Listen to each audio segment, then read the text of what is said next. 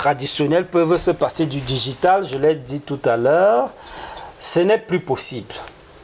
Puisque que vous aimiez le digital ou pas, le digital s'impose à vous. Il faut intégrer le management, il faut intégrer dans le management médiatique le numérique, le digital, et s'informer simplement comment on peut élaborer des stratégies digitales pour mieux vendre l'information. Parce que j'aime à le dire, pour avoir étudié la question, que l'information est un produit, tout comme un produit, tout comme la bière est un produit brassicole. L'information est un produit, il faut bien fabriquer l'information.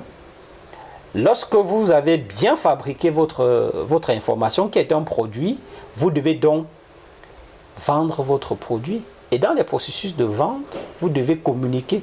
Et dans la communication, il faut investir le digital pour communiquer. Donc, ce n'est pas... Parce que les journalistes pensent que, bon, comme ce sont des entreprises de communication, ils n'ont plus besoin de travailler leur communication. Non, il faut absolument, pour des raisons que je viens de vous expliquer, pour d'autres raisons également, hein, je viens de vous expliquer qu'on ne peut plus pratiquer le journalisme aujourd'hui comme hier.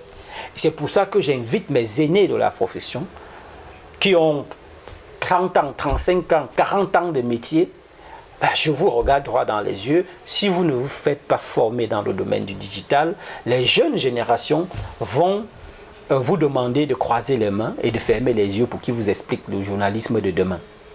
Oui, justement, ce que nous observons sur le terrain, c'est que beaucoup de personnes produisent de l'information destinée au site web sans formation. Et ça se voit. Ça se voit pourquoi? Parce qu'ils ne connaissent pas les techniques de référencement naturel, ce qu'on appelle le SEO. Ils ne connaissent pas les techniques de référencement sur les réseaux sociaux, ce qu'on appelle le SMO, Social Media Optimization. Le SEO, c'est le c'est le Search Engine Optimization. On ne connaît pas, il faut maîtriser les techniques. Et pour maîtriser ces techniques, il faut se faire former. Il faut se faire former. Les techniques de web rédaction, et il y a même les outils qui génèrent les mots-clés.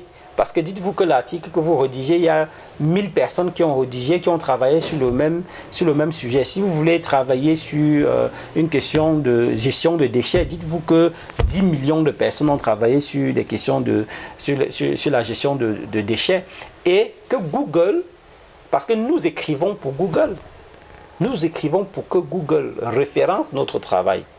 Alors, il faut utiliser les mots-clés que Google reconnaît. Il y a donc les outils qui traquent et vous proposent les mots-clés que Google connaît et utilise. Lorsque vous insérez ces mots-clés dans votre article, lorsque vous éditorialisez votre contenu, alors lorsque ce serait publié, le référencement va être amélioré.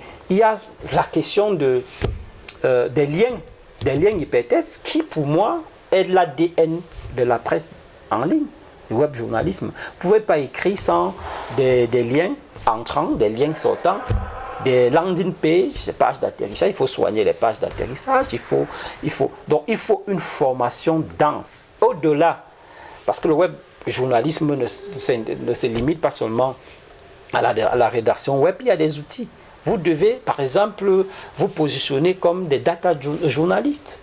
Pour les data journalistes, ils doivent maîtriser les outils de traitement des données parce qu'il y a une façon de présenter l'information lorsqu'on est sur le territoire du data journalisme. Vous devez maîtriser les techniques de fact-checking, les outils de fact-checking. Vous devez absolument maîtriser comment on vérifie une information récupérée sur les réseaux sociaux.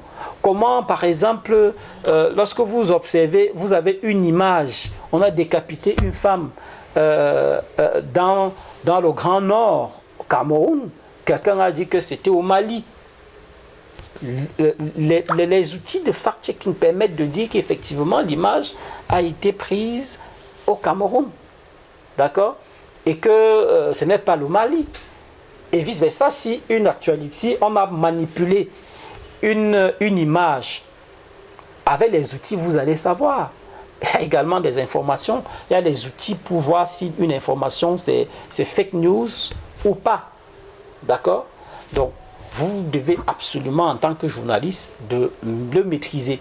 Je ne veux pas simplement, je ne veux pas savoir si quelqu'un est spécialisé dans le web journalisme pour faire du fact-checking ou pas, parce que le fact-checking en français, c'est la vérification de l'information, c'est consubstantiel à la pratique du journalisme. Tout journaliste a l'obligation de vérifier des informations avant de publier, et pour cela, sur le digital, il faut utiliser les outils de vérification des informations pour éviter de diffuser des informations fausses ou des fausses informations.